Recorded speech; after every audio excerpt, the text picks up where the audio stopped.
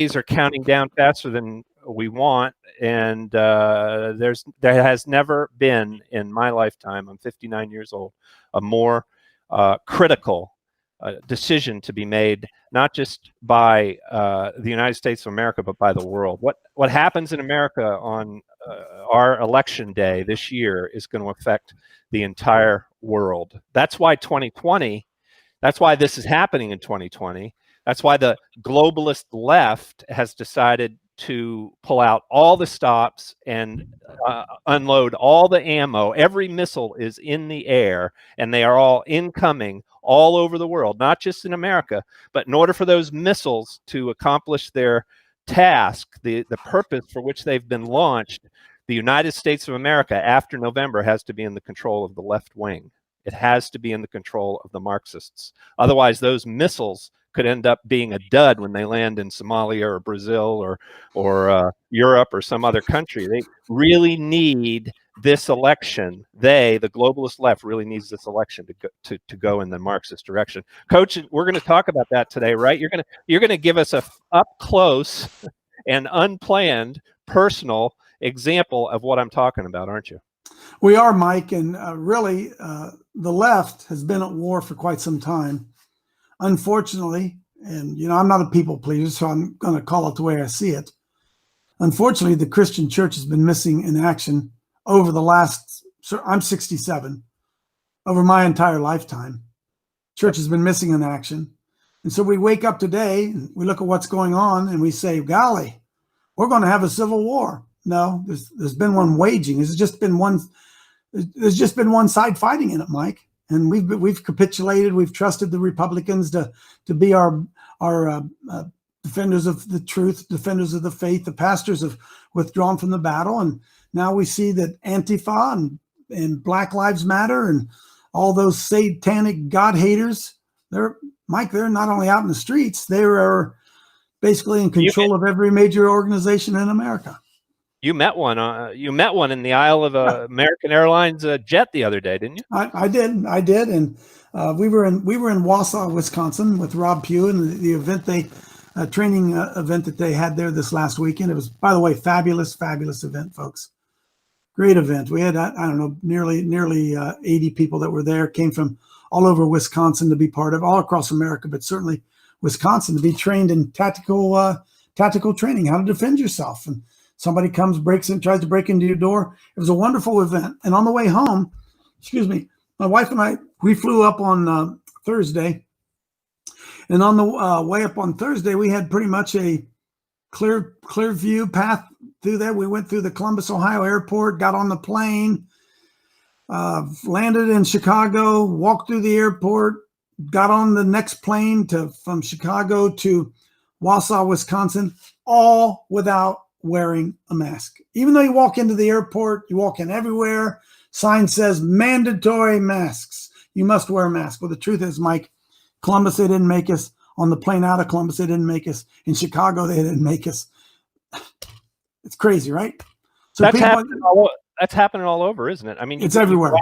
You go out to buy your gallon of milk, and you don't know if you're going to be assaulted or whether you're likely to see the sign, but you don't know.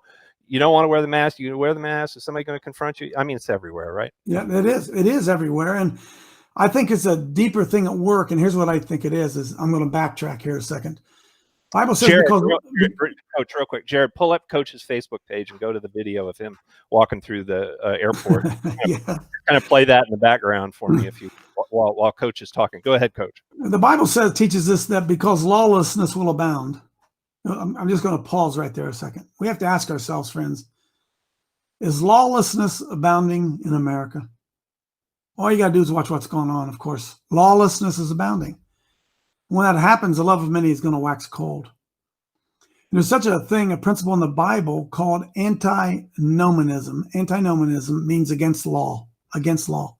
Christians can be antinomianism, meaning that the Old Testament, the Ten Commandments, the laws, they don't mean anything. They don't matter anymore. Antinomianism.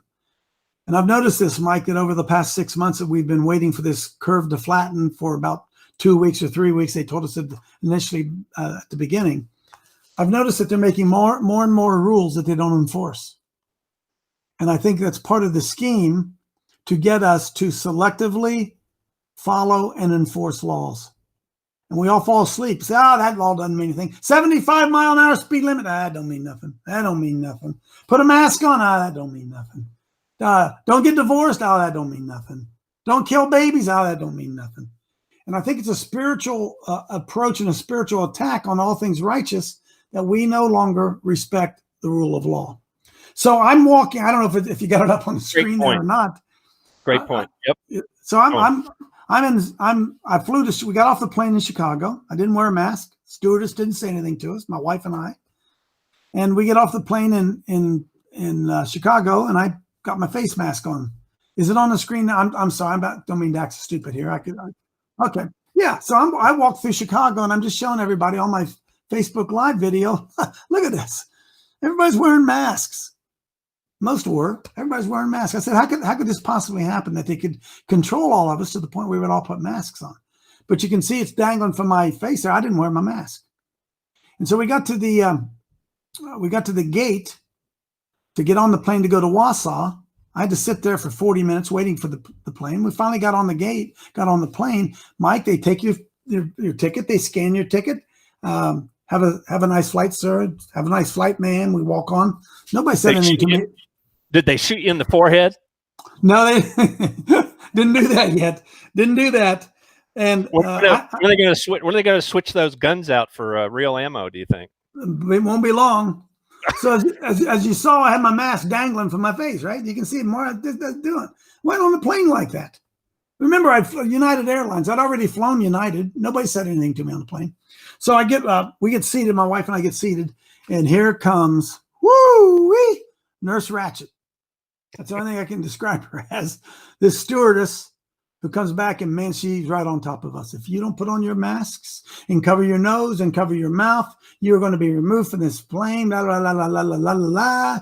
Now, Coach, we all know it's your fault. You weren't virtue signaling. That's right. So we just sat there calmly for a while, and finally my wife said, "Well, ma'am, Michelle has something she hangs around her neck, which is a medical thing. Says that for medical reasons, she doesn't have to put on a mask." And the stewardess says, "Oh, you can get those on the internet. You're not going to pull that one on me." By the way, violation of the law, right there, violation of the law. They have no right to question it. So it continues on for a while, and we're talking back and forth, and I'm sitting there, and I'm not putting my mask on. And next thing I know, she goes and gets the principal, the pilot, the captain, and he comes walking back, and he was decent and nice about it. Said, "Sir, listen, we would really like you, yada, yada, yada." And I said, "Well, sir, because you asked me nicely, I'll put it on." So I put a mask on. My wife put a mask on. That's the school marm. She goes back, and she goes about being whatever it is she does. And that was basically the extent. Took about 3 minutes, maybe 4 minutes to have the back and forth. I'm not wearing no stinking mask.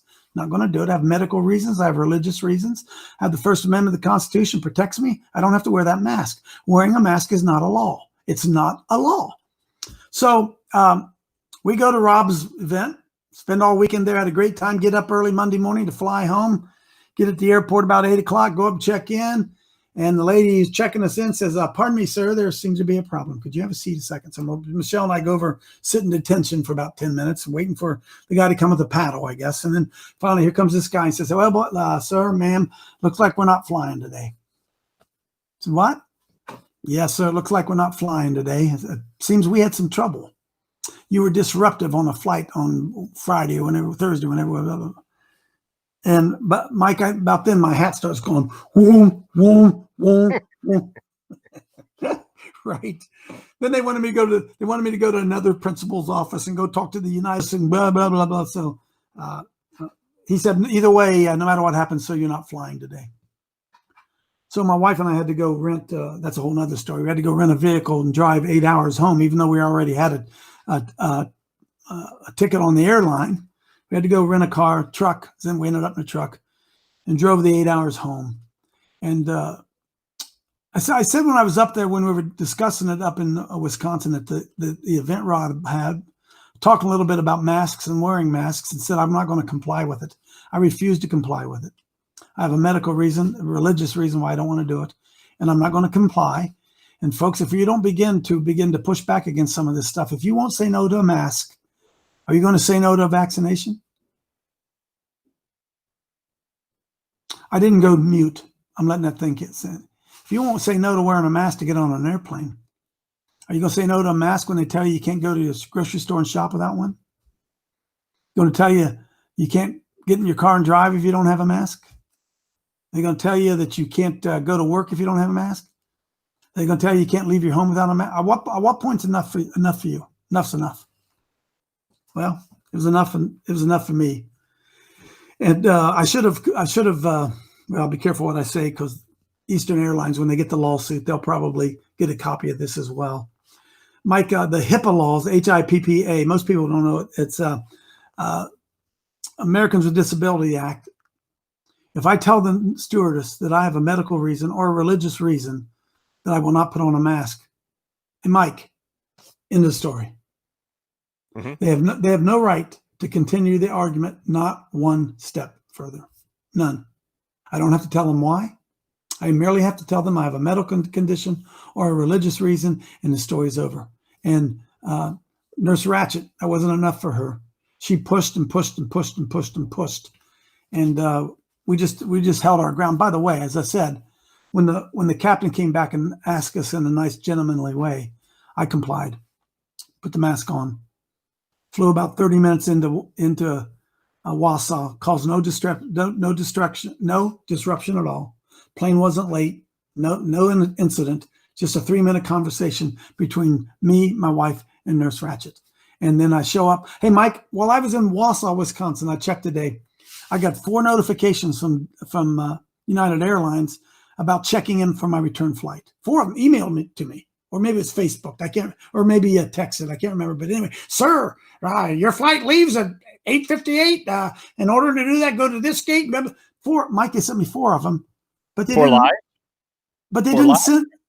Yeah. But Mike, they didn't send me any information saying, hey, by the way, you may not be able to get on the plane. You might want to get here a little bit early so we could deal with this. None of that, Mike. They let Michelle and I show up at the airport. And you ever heard the saying, got left holding the bag? Well, that was Michelle and I. We had a ticket and we stood at the gate, left holding our bag. And when I was walking out, I turned to the Delta commissar, whoever he was. And I said, sir, pardon me, where's the car rental? Well, this is Delta Airlines. I'm sorry. Friendly Skies of United, an employee working for United Airlines. I said to him, sir, where do I find the rental cars? And he leaned across the table and says, find it yourself. Coach, what do you say to the people, the good Christian people who are listening, watching right now, who are thinking, concluding, it's your fault, dangling that mask. You're so mean. I mean, the media has informed us of the truth, which is that people who aren't wearing masks are. It's not about protecting themselves. It's about protecting everyone else. So when you wear a mask, you are signaling to everyone else that you love them, that you care for them, that you're keeping your germs to yourself. What do you say to those people? Because that's everywhere. I heard it today from somebody. It's everywhere. Well, yeah. Well, Mike, masks don't work. See, there used to be a time and era in America where you could trust science. You can't trust science anymore. Science tells us that an unborn baby is not a human being. Science tells us that. We all know better than that, right? Science tells us there's global warming and the Earth's going to burn up. It used to be climate change, now it's global warming, or it used to be global warming, now it's science change, right? Science. Anthony Fauci gets up there and spews all this stuff, opinions of what might happen and could happen and probably will happen and may happen. And it's none of it's based on science, Mike. It's all opinion-oriented science. So you can go anywhere you want to on the internet and you can check and you will find out that there is plenty of information that says masks do not work. The other thing, Coach, is you can find all sorts of information on the internet that will force you to think about some of the risks that are associated with rebreathing your own air. Mike, without going into great detail, I had an heart issue about a year ago. Yeah. A situation called AFib, atrial fibrillation, meaning that your heart sometimes gets out of rhythm. Mm-hmm. I can't put a mask on, Mike. I can't put a mask on. But you were forced to do it, right? How long were you in the? But Mike, she didn't even ask me. She never asked me. But I can't put a mask on. So, boy, I had a great thought coming up on my train of thought, and I lost it. You were asking me about, what'd you ask me about, Mike? Last question, do you remember? Because I had someplace really good. I was gone. Yeah, I asked you about the virtue signaling aspect of wearing the mask. Okay. Thank you, Mike. Thanks. So listen, friends, this may not be important to you, but it's important to me, and it matters. I'm warned in the 10 Commandments of God that I'm not to bear false witness against my neighbor. I would never, I'm sorry to be graphic, okay? I would hope no one would ever have sex with a woman with a condom that had holes in it, knowingly had holes in it. That would be, you would never do that. And so I'm not going to bear false witness against my neighbor and tell them that this thing here is going to protect them from a virus when it won't, Mike. It won't. So if they want to virtue signal me and say, well, coach, just do it because it makes everybody else feel better. Well, so does sex. But I don't go around doing that. The truth is, this doesn't work. Now, Mike, I'm going to do a demonstration for you, okay? So I'm going to put my mask on, and I'm going to sit on the airplane, and I'm going to pant and breathe, and I'll get short breath. I'll probably get short breath just doing this because of my medical condition. But let's say I do this for 30 minutes, 35 minutes, and then all of a sudden the stewardess comes walking down the aisle, and she says, sir, would you like a cracker? Would you like something to drink? And I say, oh, sure, give me a Diet Coke and some peanuts. She gives them to me. Woomph. There goes everything I just breathed. There it goes. In fact, I was talking to Dr. Carla Dean Graves this morning. And she told me, I don't know if I shared this with you all guys this morning or not. She told me that the most dangerous place on an airplane is the bathroom because the coronavirus is also spread through feces. So folks, when you sit down on the toilet and you go do number 2 in the toilet, it releases many types of bacteria and virus and stuff into the atmosphere. And the next person that comes into that bathroom is going to breathe them in. So, Mike, I'm just tired of the BS. I'm just tired of being lied to. I'm tired of playing a game. They told us at the beginning, Dr. Fauci told us that just be 3 weeks. If we just stop the curve, just flatten that curve for 3 weeks, right? Then if you put on a mask, and then if you social distance, and then on and on and on and on and on. So we are in we've seen the American economy, the American way of life be destroyed based on, can I say it? Voodoo science. Nobody knows the effects of this coronavirus. Nobody does. We know the statistics have been made up. We know a lot of people have died with COVID, but not necessarily from COVID. Dying from COVID, like in other words, you die from a gunshot wound. You don't die with a gunshot wound.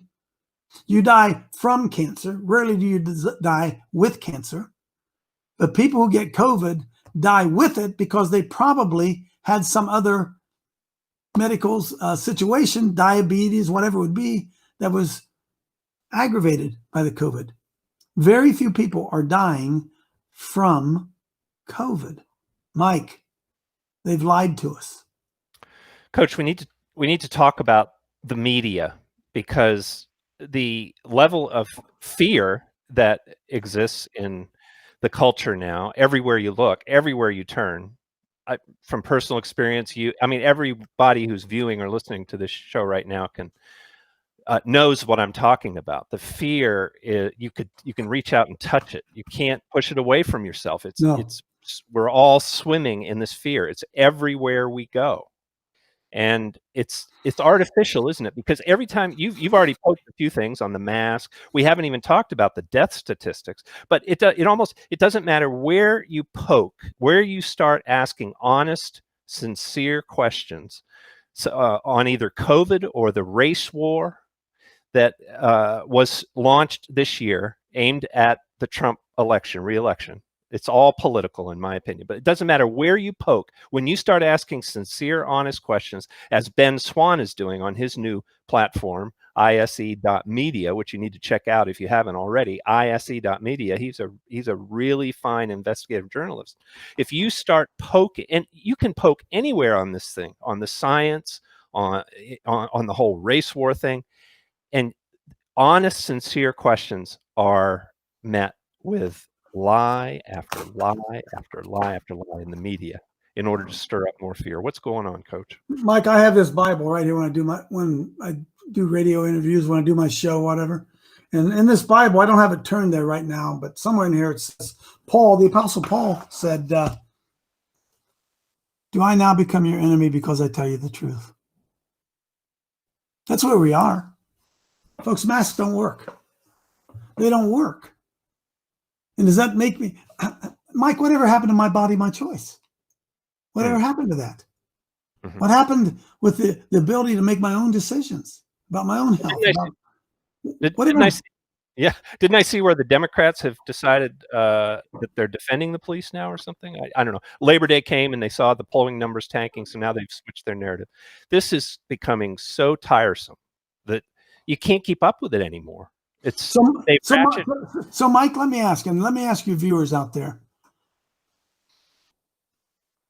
what's enough for you? When is enough enough?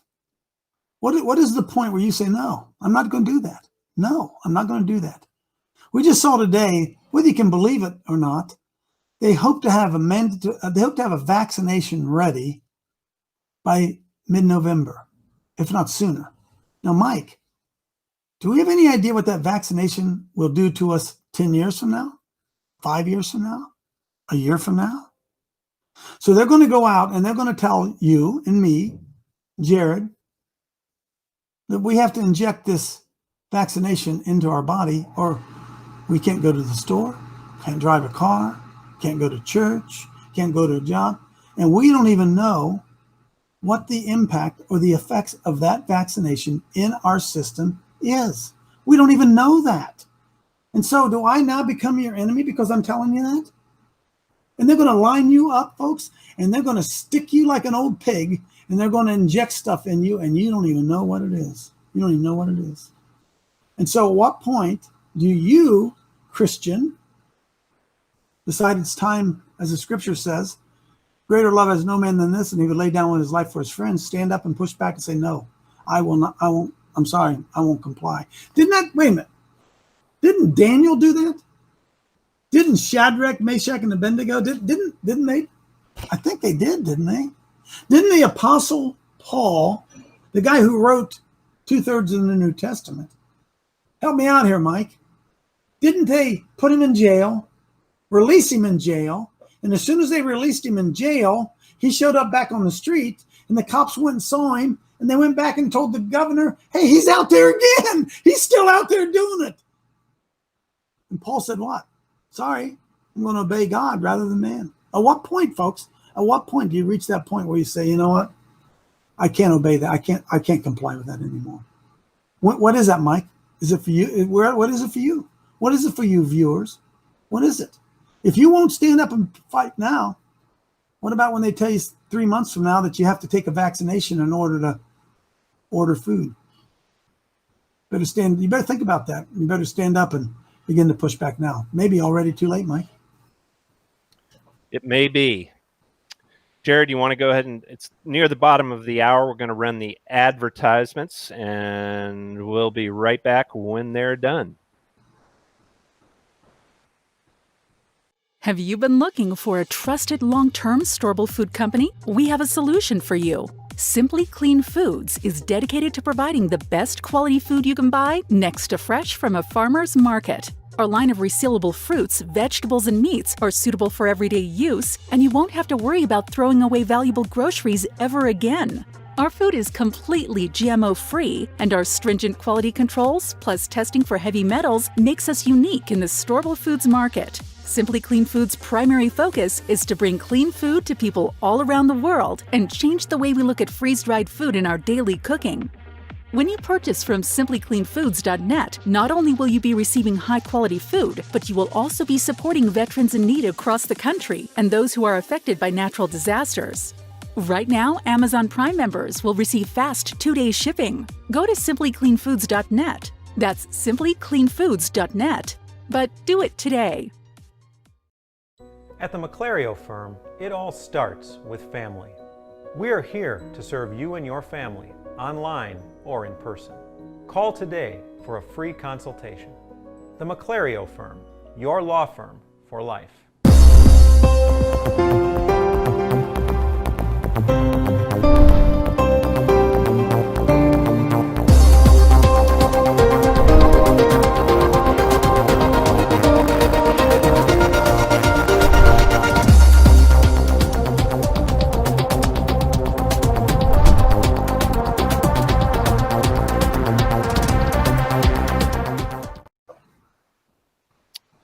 Hey, my name's Mike Heath. I'm sitting in for Rob Pugh, who is not able to be with us today. He had a medical need that arose at the last minute, and so for the fourth week, I'm covering for him, fourth week in a row. He'll be back next week. He said to let you know that he has a really good guest prepared, but he was driving and he couldn't remember the name, but he said to assure you, the viewers, that to tune in next week, same bat time, same bat channel, for another inspirational interview.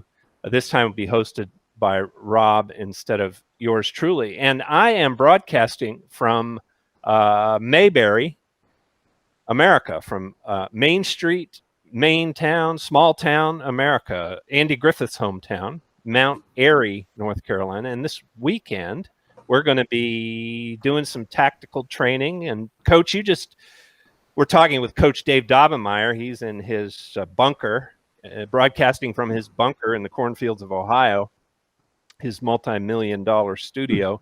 And we are, you're just coming from tactical training, and this whole tactical training thing. I mean, come on, Coach, we're supposed to turn the other cheek, and we're supposed to love our neighbor. And I mean, we're good Christian people. What is it with firing off ARs and Uzis and whatever that thing was that Russian brought, that great big cannon? Did you see that thing he had? That was an AK-47. Man, did that thing kick. Well, I do love my neighbor. That's why I'm going to try to get prepared to defend him. I love my wife and my children and my grandchildren. Greater love is no man than this. Sometimes he makes that other guy lay down his life before he kills your family. It's interesting. It's interesting to me that everyone I'm talking to that's involved with pulling these events together in the last couple of months, that have some kind of tactical content to them, they're all selling out. There's something going on. We did one in early May, I think it was June, I don't remember. We did one here on our ministry property, and I'd hoped to get 50, and we ended up having almost 100 people who came. We did tactical training on how to shoot a pistol and how to do self-defense and a lot of tactical things. And we had nearly 100 people show up. We could have had 200. We had to cut it off. And then I went a couple weeks later to Jamie Walden had an event out in Missouri, and he had 200 people. 200 people. Hey, 200 people that paid $400 at Jamie's. We didn't charge that, but Jamie gave away some materials and different things. 200 people paid $400 to come and be part of that event, Mike.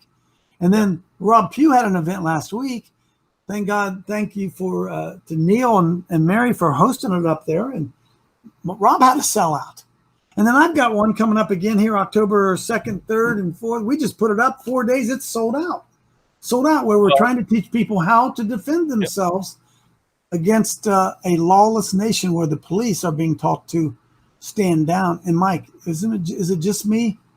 Or haven't they told us that they're coming to the suburbs? Isn't that what they told us, Mike? Mm-hmm. Mm-hmm. Well, the FBI came to visit me. I mean, law enforcement the wheels are coming off of law enforcement. Yeah. I mean, I hate to say BLM has a point, and I'm not saying that, but law enforcement has issues. The police have issues they need to be dealing with, but we still need to be funding them and supporting them for sure. But one of the things that I've noticed, we're going to be doing tactical training this weekend in Mayberry, and you're coming down, Coach. And Bobby Lee's going to be giving us the instinct for reacting to these questions and these threats from the authorities in a reasonable way, in a constitutional way. You know, Coach, we've got rights, don't we? We Americans, we have rights. Part of the genius of America is that it was created to empower, to a larger extent than any previous nation, the individual. Mike, right? Don't our military, although maybe this isn't true anymore, teach what's called just war theory? Just war, meaning a righteous reason to go to war. Mm-hmm. Might surprise you that Ecclesiastes tells us there is a time for war. There is a time for war. Now, what that time for war might be open for debate, because certainly the United States of America, we've engaged in a lot of wars it probably wasn't time for. You know what I'm talking about? Vietnam and some, a lot of wars. Wars for bankers, wars for a lot of different reasons. Well, we have it. That's a really good point. It kind of illustrates the point I was beginning to make about individual rights, and that is that we haven't a Congress. See, America was designed with a written constitution that is kind of it's supposed to be the Bible to us. And what it does is it divides powers, and it causes those powers, the legislative, judiciary, and the executive, to have to debate with one another in order to get to hopefully a good decision, a righteous decision. And is there any more critical decision that a nation has to make than the one having to do with making a war? And the United States hasn't entered into a constitutionally authorized war since World War II. Right. But yet we can name wars since then, right? Korea, Vietnam, Iraq. None of these wars have been declared. Afghanistan, we've been in Afghanistan for 20 years. What's going on, Coach? Well, they're not just wars, and it's wars just for the heck of it seems like. But Mike, but we have to move beyond that, folks. Ask yourself this. When the Bible said greater love has no man than this, and he would lay down his life for his friends, as Christians now, I'm a Christian. I'm an unashamed Bible believer, Bible follower, try to live out my faith the best that I can. When people tell us that we're supposed to be nonviolent, or we're not to answer violence with violence, or greater love is no man than he lay down his life for his friends. Hey, Mike, if I want to be nonviolent and lay down my life, that's one thing. But I don't have any right, I don't think, to not defend my wife. She hasn't made the choice to lay down her friend's life. What about my grandbabies? Do I not defend my grandbabies? Since I decided I personally am not going to harm somebody, I'm not going to fight back and let them come and harm my children, my grandchildren? Well, that's stupid. Sorry, that's stupid. But that's this whole idea of Jesus saying turn the other cheek. He only said it once, and he was referring to personal assault, an insult, personal insult. If somebody personally offends you, turn the other cheek. It's not worth going to war over. But if somebody comes in and they're trying to break into my house and harm my wife and children, I'm not much of a Christian man if I don't rise up and defend them. And that's what our tactical training events are all about. And we're going to be doing one this weekend in Mayberry. This is going out live. If you see this before this weekend, you know anybody near Mayberry, then have them get in touch with us. We've been getting interest from people as we approach the day, and we're going to have a good group. Looking forward to it, and we're going to learn how to respond to these potential threats that come out of nowhere that we're not used to thinking about. We're going to be given some training. We're going to talk to some men some men are going to be training us who can help us to develop the skills to do that. So, Coach, you have Mike, let me pause a second. I got to ask you this question. I'm sorry to catch you by surprise. Hey, Mike, were there any wars in the Bible? Only that's what I thought. That's what I thought. Coach, only in the Old Testament. There aren't any in the New Testament. There you go. Yeah, just in the Old Testament. And the Old Testament, that's the Old Testament. Yeah, that's right. So we're in the New Covenant. There's no wars in the New Covenant. There haven't been any wars since then, right? Right. And that brings up the subject of the Crusades, which are fun, which is really interesting. Oh, they love to go there. I'm sorry. I don't want to get I don't want to get pulled down deeply into this one, but folks, the Crusades are always brought up reliably in the narrative that you see in documentaries everywhere you turn in America. The Crusades are brought up as this offensive on the part of Christianity against Islam, which is a lie. It's a lie. The Crusades were a defense after Islam had spent about 400 years launching offensive raids and battles and wars in the hundreds. And if you don't believe me, just go on and Google it.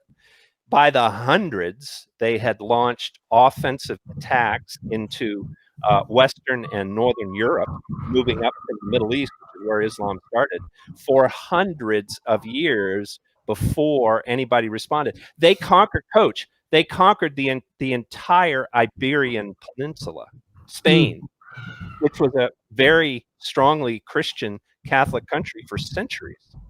They conquered it, Islam, and they subjugated it, the Iberian Peninsula. They were headed up into France, and they met a guy named Charles Martel, the Hammer, Charles Martel, because the Christians of Northern Europe said, if we don't do something, everything's going to be Muslim, everything. And so they said, okay, why do they have an exclusive right to Jerusalem? Jerusalem is the birthplace of Christ. So the crusade, look, I wasn't there. I wasn't the military planner at the time, but I do know this. They were motivated to stop Islam from conquering everything. And for hundreds of years, Islam had been proving that was its intent. And that is its stated intent. They will use military force to conquer the world if they can. Mike, are we glad? Maybe it's just me here in cornfields outside of Columbus, Ohio. Are we glad that Christian America conquered Hitler? There you go. Are we glad he did that? Yeah, Coach, another question for you. Would you in the cornfields of Ohio even know about Christianity if the Crusades hadn't happened? No, we wouldn't, would we? What would have happened if the Christians had turned the other cheek in France? If King was, I don't know who the king was, but if Charles Martel had laid down, turned the cheek and said, "Yeah, boys, come on in." Yeah, let them have us, right? Let them have us. Now we think in America that Christianity is just going to be here next week or the week after. Did you know that St. Augustine wrote the most? I'm doing all the talking, and I'm the coach is the guest. But real quick, St. Augustine was the bishop of North Africa. Do you know that he wrote The City of God, which is one of the greatest works of philosophy and theology in Christian literature? It was written in 400 AD. Did you know that since the fall of Rome in that century, Christianity has not existed in northern Africa? It's been Islamic the entire time. That's since 400. 400. I didn't know that. No, I didn't know that.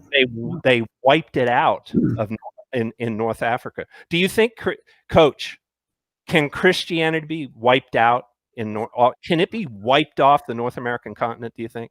Can it be? Absolutely. Absolutely can. Yes. But we don't think that, do we? We really don't think that way. We do not. We don't understand, Mike, and I share this a lot on my own show, Psalm 2. If I'd flip my Bible, I don't have to, but it says the kings of this world have conspired, kings of the earth have conspired against the Lord and his anointed. Who are those, Mike? Who are the kings of this earth who are conspiring against the Lord and his anointed? So in other words, the eternal struggle that we find in Genesis 4, seed of the serpent against the seed of the woman, that eternal struggle over right and wrong, good and evil, dark and light, has forever raged on the face of the earth. And it's still raging on the face of the earth today. And this is not, folks, this is not America against the world. This is not America against Islam. This is darkness against light. Amen. That's all this is. And unfortunately, because we've allowed the enemy to seize every, I'll ask this a lot, every power structure you can think of. Somebody give me one place that the church is in control. The church is the gospel being taught in our schools? No. Coach, I got one for you. It's very current. It's this week. Netflix is running Cuties. As far as I know, they haven't. I don't know if they've taken it. But Amazon has banned or deplatformed a movie that exposes pedophilia. Really? So Amazon is literally erasing and hiding from view movies that expose the evil, while Netflix is celebrating the evil.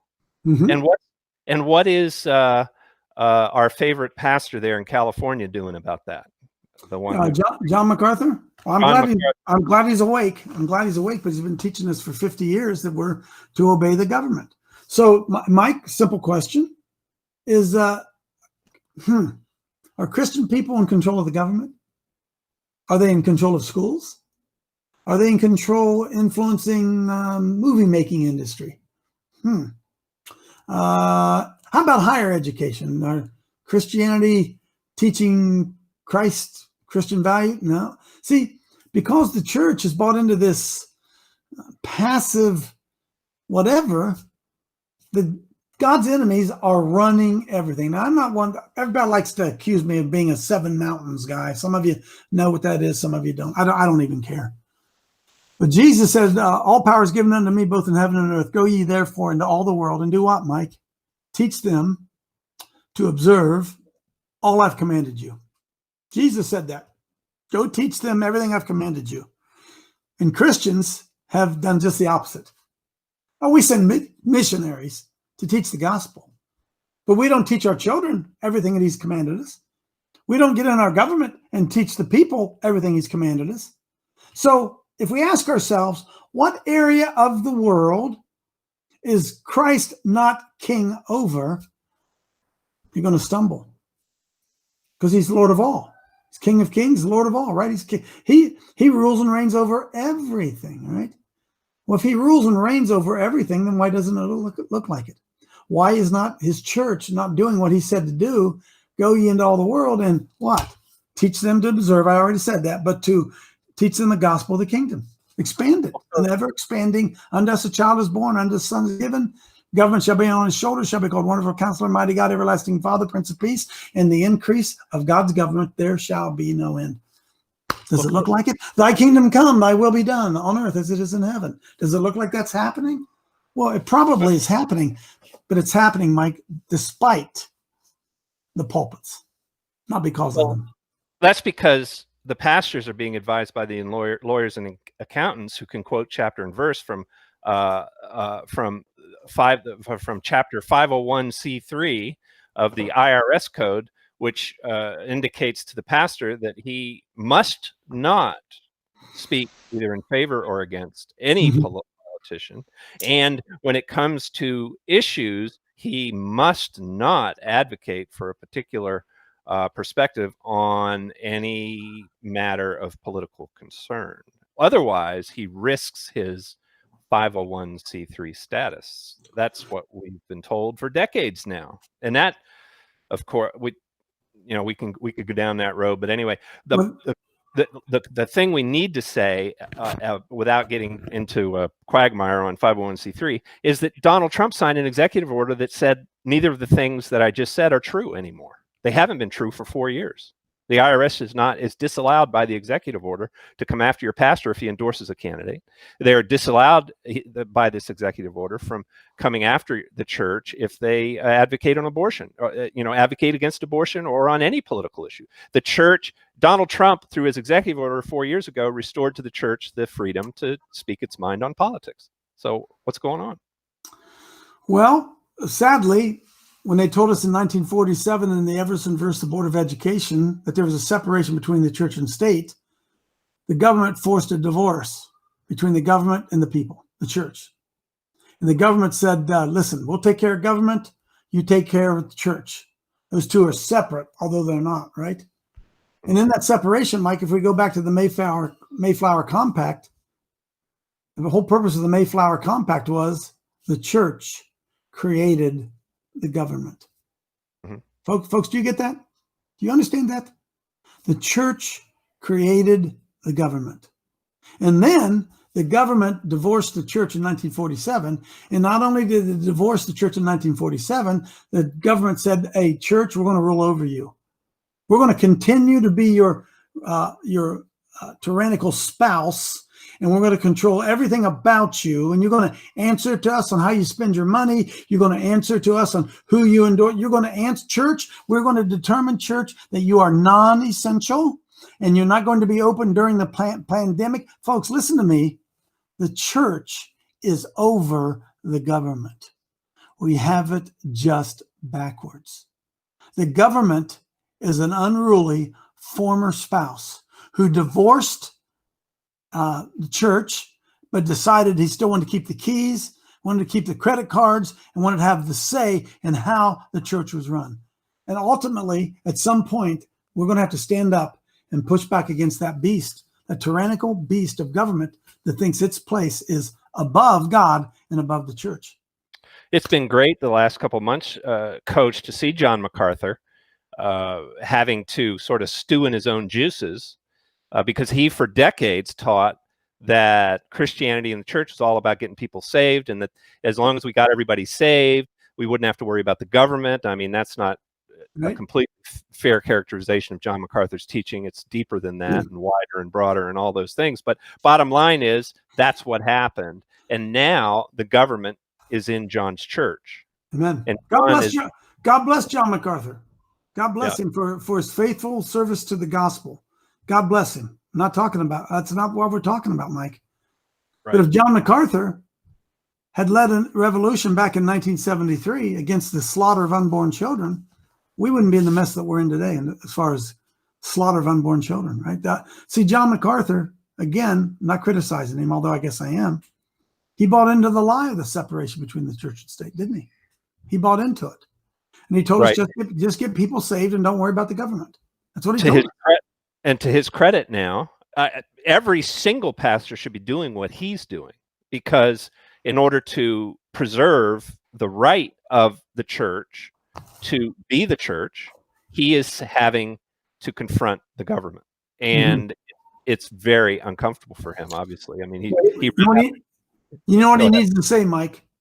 It's really hard to, the same words I have a hard time saying to my wife. I'm sorry, I was wrong.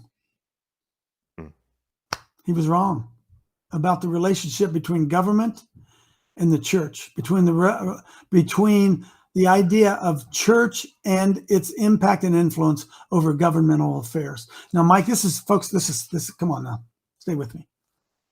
If this was a moral Christian government, and I don't mean everybody has to be Christian, I don't mean that.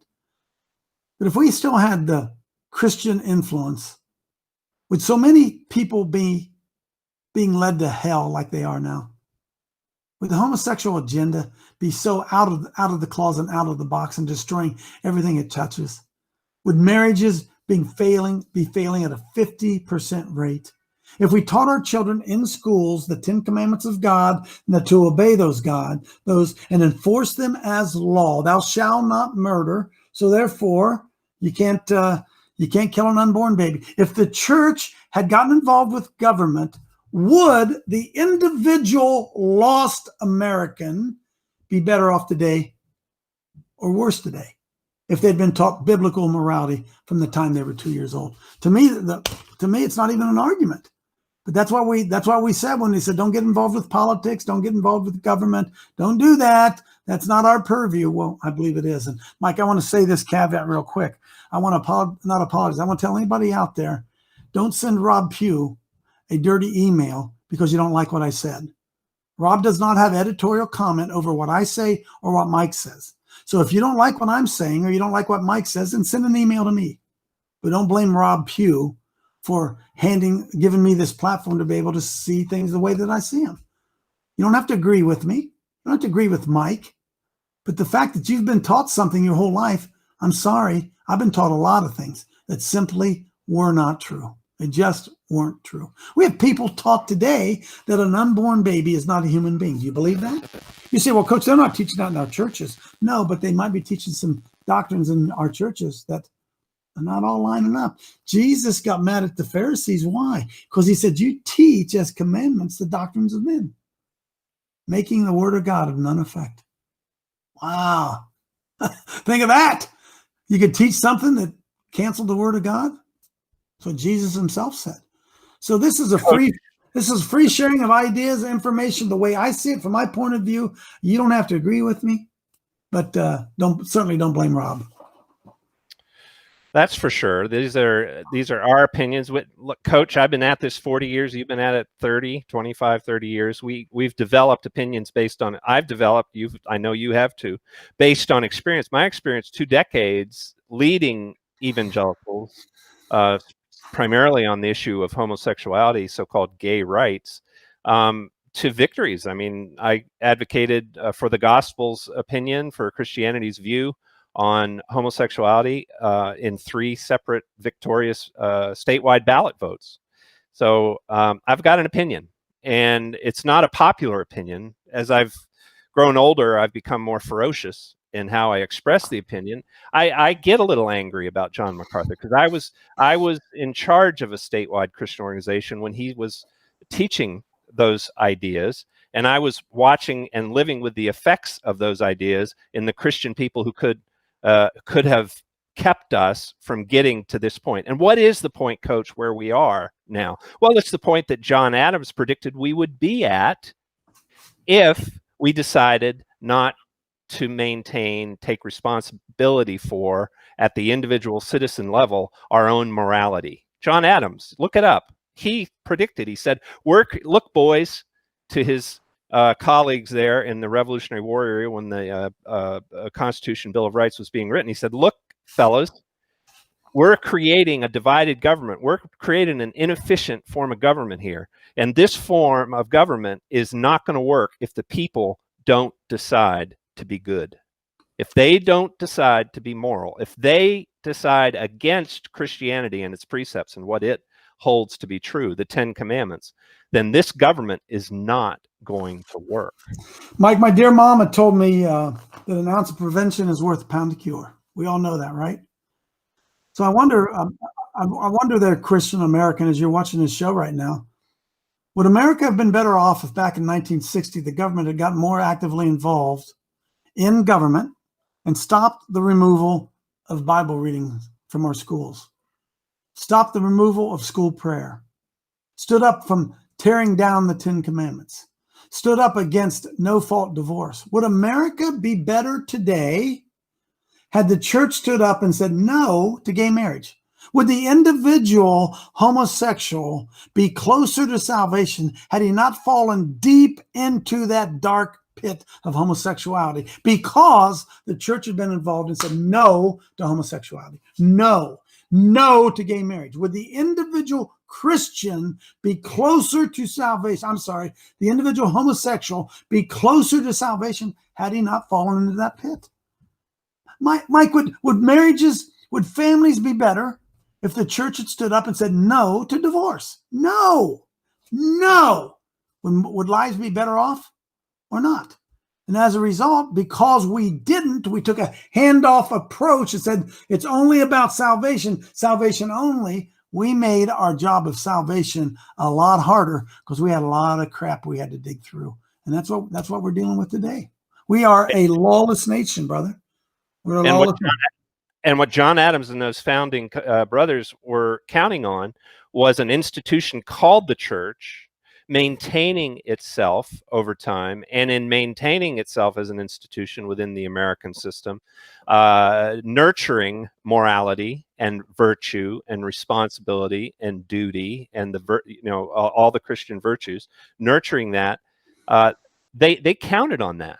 They created a form of government that depended upon the church being an independent, separate institution that was going to tend to those matters. That was going to be its garden.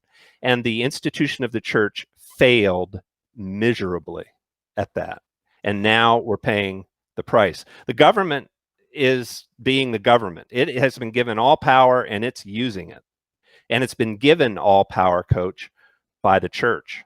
Yes, the sir. church is the institution that surrendered. The government just doing what the government does. So we're in a mess, aren't we, Mike? We're in a mess. We are. Yeah, and everybody thinks, well, if we just get Donald Trump reelected, everything will be okay. Oh, no.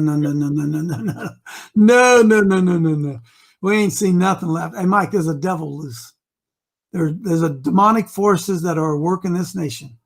And if you think those demonic forces that are loose right now in Kenosha, Wisconsin, and Portland, Oregon, and Seattle, Washington, if you think they're going to go back to sleep when Donald Trump wins re-election, oh my, you are really, really deceived. And if Donald Trump doesn't win re-election, you watch the long arm, heavy hand of government to come down on Christians, Christianity, and the church. Boys and girls, you ain't seen nothing yet. Coach, Donald Trump is the most pastoral Christian president we've ever had. I mean, he should be pastoring a church. He's better than the pastor of most churches. That convention he led was, I didn't watch any of it, but I heard about it. It was very celebrated God, celebrated Christianity. They sang the Ave Maria. Ave Maria, I guess. More than George W. Bush did, huh? Of course, don't get me. I'll get in trouble, right? Donald Trump's the most pro-life president in my lifetime, probably in the history of America, most pro-life president, and the church won't even get on board and support it. We only got 1 minute left. Yep. I've never put on a candidate's hat before Trump. I'm not so much supporting Republicans as I am Donald Trump, and the reason I support Donald Trump is because he tweets insults. And that's why I started supporting him in the first place. When he tweeted that insult of Jeb Bush in early 2016, I thought to myself, this guy gets it. A lot of angry people in America, and they have a right to be angry. A lot of them are Christians, and we are called to love our enemies. That means you have enemies. He's a salty Christian, isn't he? Jesus said we're the salt of the earth, not the sugar. He's the salt of the earth, brother. So you're watching Wisconsin Christian News Live. Rob Pugh is our host. He'll be back next week with another great guest. Thank you to Coach Dave Daubenmire for being with us in Ohio. And thank you for tuning in and viewing Wisconsin Christian News TV Live. We'll be back next week with another exciting show.